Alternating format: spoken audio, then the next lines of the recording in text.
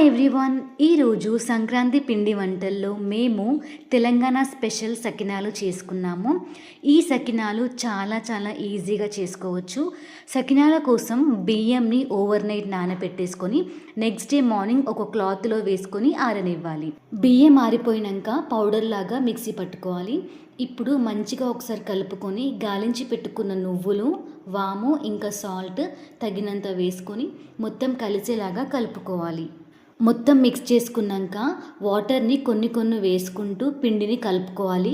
Loose కాకుండా tight కాకుండా మీడియంగా కలుపుకోవాలి. నెక్స్ట్ మెయిన్ పార్ట్ వచ్చేసి సకినాలు పోయటం. ఒక క్లాత్ మీద పోయాలి, ఈజీగా వస్తాయి. సకినాలు పోయటం అంత ఈజీ కాదు, ఎక్స్పీరియన్స్తో వస్తుంది. మా అత్తమ్మ అయితే నీట్గా కరెక్ట్గా షేప్తో పోసింది. బట్ నాకైతే పర్ఫెక్ట్గా రానికి టైం అయితే పట్టింది. కానీ ఫైనల్గా నేను కూడా సకినాలు పోసిన. ఈ సకినాలు కేర్ఫుల్గా పోయాలి, లేకపోతే విరిగిపోతాయి అన్నమాట. ఫైనల్గా మేము సకినాలు అయితే కంప్లీట్గా పోసేసినాం. ఇప్పుడు మంచిగా కాల్చుకోవాలి. సో సకినాలు పోయటం ఎంత కేర్ఫుల్గా పోయాలో తీయటం కూడా అంతే కేర్ఫుల్గా తీయాలి. ఈ క్లాత్లో నుంచి ఒక షార్ప్ ప్లేట్తోని ఒక్కొక్కటి తీసి ప్లేట్లో పెట్టేసుకోవాలి. అట్లా ఒక 5 ఒక ప్లేట్లో పెట్టుకున్నాక మనము కాల్చుకోవాలి అన్నమాట. ఆయిల్ మంచిగా హీట్ అయిపోయాక మనం ప్లేట్లోకి తీసి పెట్టుకున్న సకినాలను వేసుకొని మంచిగా వేయించుకోవాలి.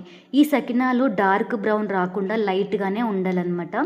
సో మంచిగా చూసుకుంటూ ఆ కలర్ వచ్చినాక తీసి పెట్టేసుకోవాలి.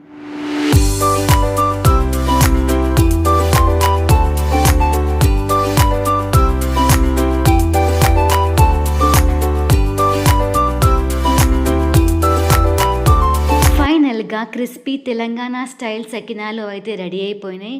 వావ్, చాలా టేస్టీగా ఉన్నాయి, క్రిస్పీగా ఉన్నాయి. ఈ సకినాలు మీ ఇంట్లో ట్రై చేసి ఎట్లా వచ్చిందో కమెంట్ చేయండి. And thank you so much for watching my video.